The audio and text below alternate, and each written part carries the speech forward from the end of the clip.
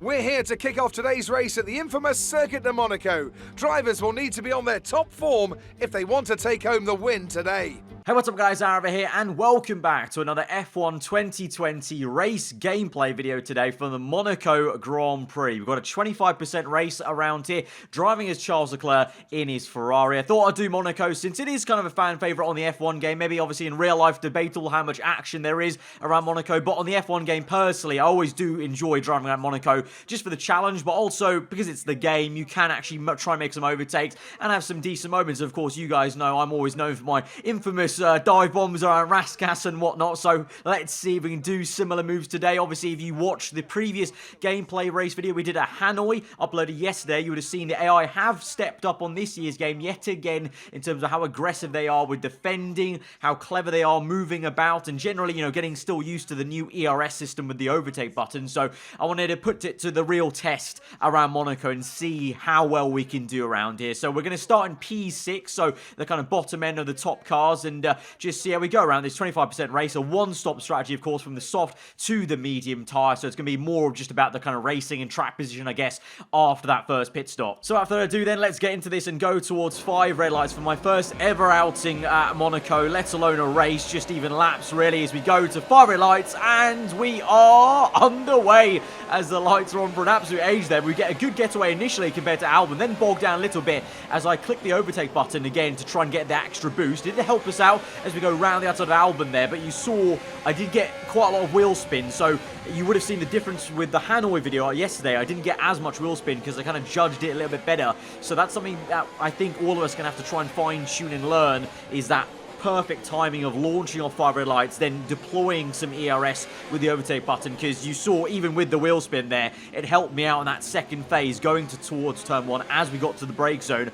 I was coming at the corner a little bit quicker than Albon and was able to go around the outside. So we're up into P5 then already with the lovely move that was on the outside, an unorthodox place to really make a pass, let alone on the first lap when it's so tight and it's such a short run to that first corner. But now we're stuck behind Max Verstappen. Can we try and get past him? We know how good he can be around Monaco, or maybe not so in some of the cases as well we've seen in real life in the past, but let's see. But it is going to be, you know, it's not going to be easy. It's going to be a classic case of, you know, even on the game, it is Monaco, it's going to be difficult. And remember, like I said, this was my second ever race on this game, so I was still getting used to the handling, the feeling of the car. Like the weight shifting was very different in compared to 2019, with how the rear end wouldn't step out and wouldn't be so slidey, and then also the overtake button. That's the biggest thing that you have to get used to in this year's game, is the best time to use it. So right now on lap 2 to 3, just kind of sussing out when I could use it best, and now so I found it through the swimming pool section, using it in the middle swimming pool down the inside, and it's a lovely pass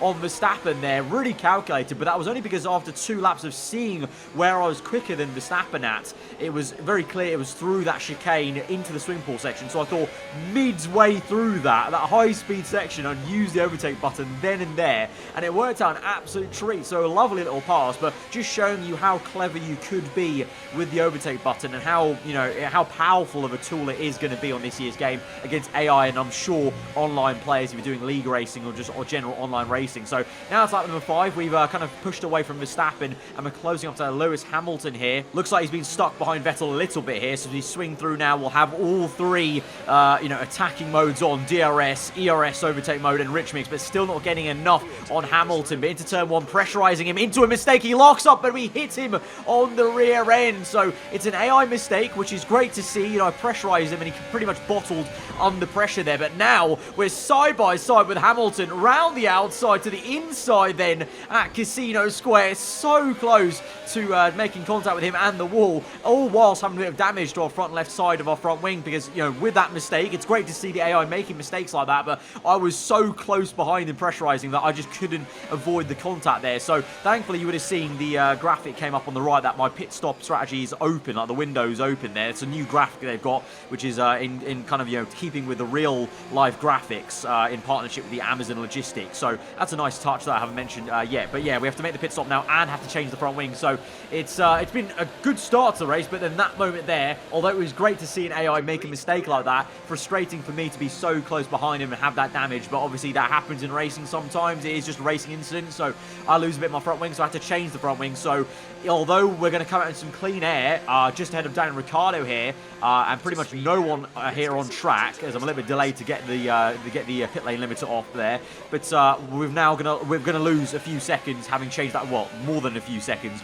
changing that front wing. So as we come through on lap number 7 onto 8, you can see we're going pretty quick in the second sector and the last sector. We're up into P13. We're ahead of Carlos Sainz just about, but you can see just up the road is Albon. So we have to re-overtake both Red Bulls in this race if we want to get back to where we were, and then try and repass Hamilton if we can, of course. But now Albon getting held up by Latifi in the Williams there, much slower car, so he's absolute mobile chicane for Albon, and we're going to have a very nice little lip down the inside there. Very clever stuff there, as Latifi was hanging around, holding up Albon, and so I just thought, you know, by the time I reach Latifi, he's going to have turned into the pit lane. So I squirted the throttle, just prayed that I didn't hit Latifi's rear end there, and it worked out supreme. So a lovely little clever overtake once again on lap number 9. But that's what I want to stress here is, I feel like in comparison to F1 2019 and certainly other previous F1 games, I think 2019 was quite similar.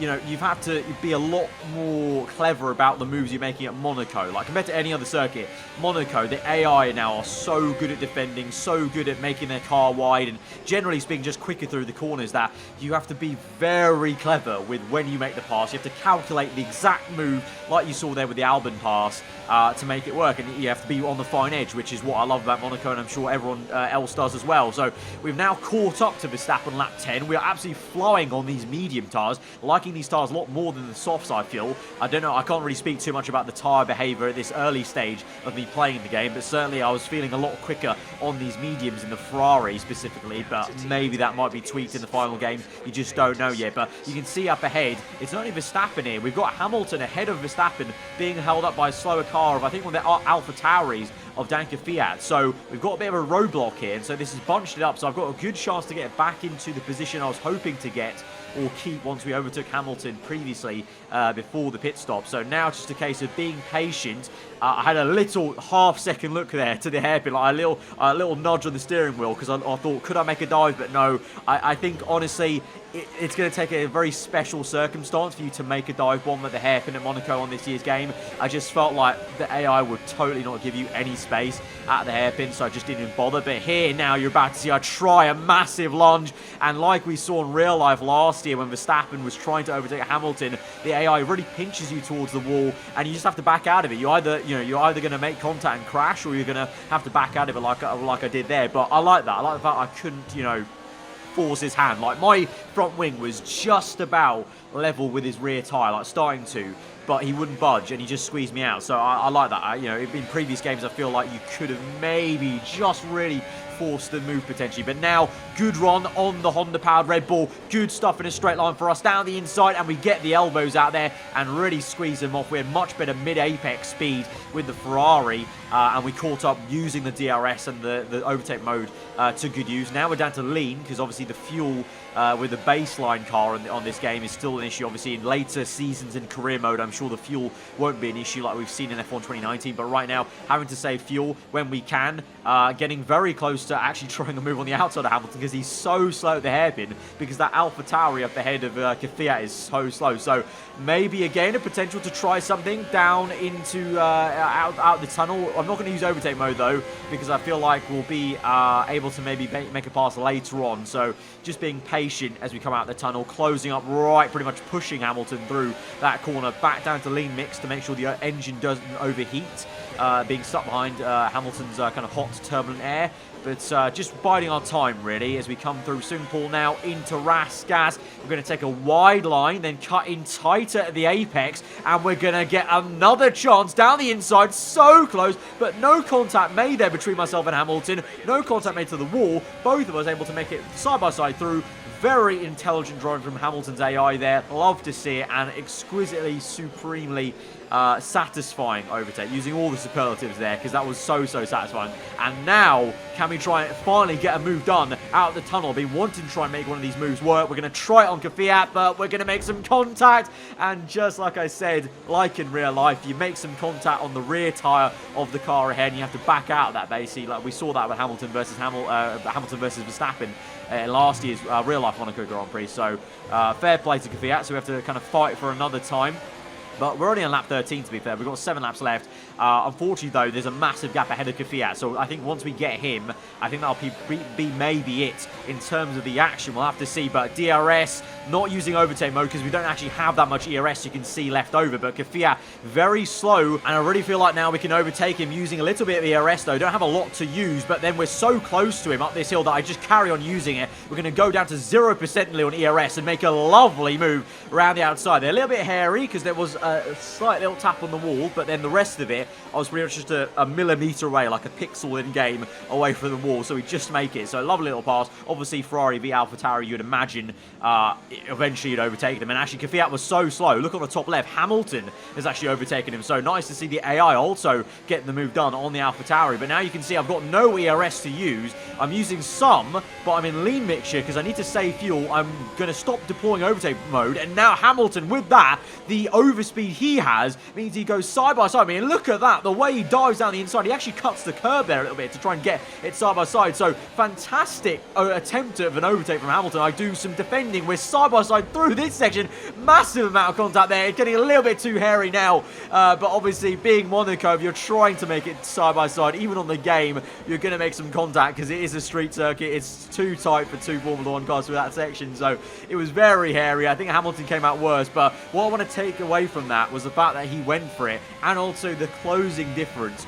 Not using overtake mode and being in lean mixture was such a big difference in terms of the AI will be right on you if you've not got ERS left, so you need to make sure you're clever about how you use it, basically. So after that bit of action, I thought my race was going to be pretty much over, but on lap 17, the full course yellow safety car is called out because I think Lance Stroll has parked it up at the swimming pool chicane, and so that's going to bunch us all up there. So I thought that was my race over, but here we are now, right behind Vettel and Valtteri Bottas, who leads the way. Vettel was leading the Grand Prix, by the way, though, and Bottas made a move. Unfortunately, I was unable to capture the moment he overtook Vettel, but good to see they swapped position for the race lead, and there was actually some AI on AI overtaking at Monaco, which can, in the past, sometimes be quite rare, but good to see that. So unfortunately, my teammate's down to P2, but here we are then, Ferrari 2-3 on the restart. Then we've got 2 laps left. A massive amount of oversteer, though, on the exit, because I tried to keep up with Vettel, tried to use some ERS mode, some overtake mode there on the exit, and just got it all out of shape. But we've got 2 laps left,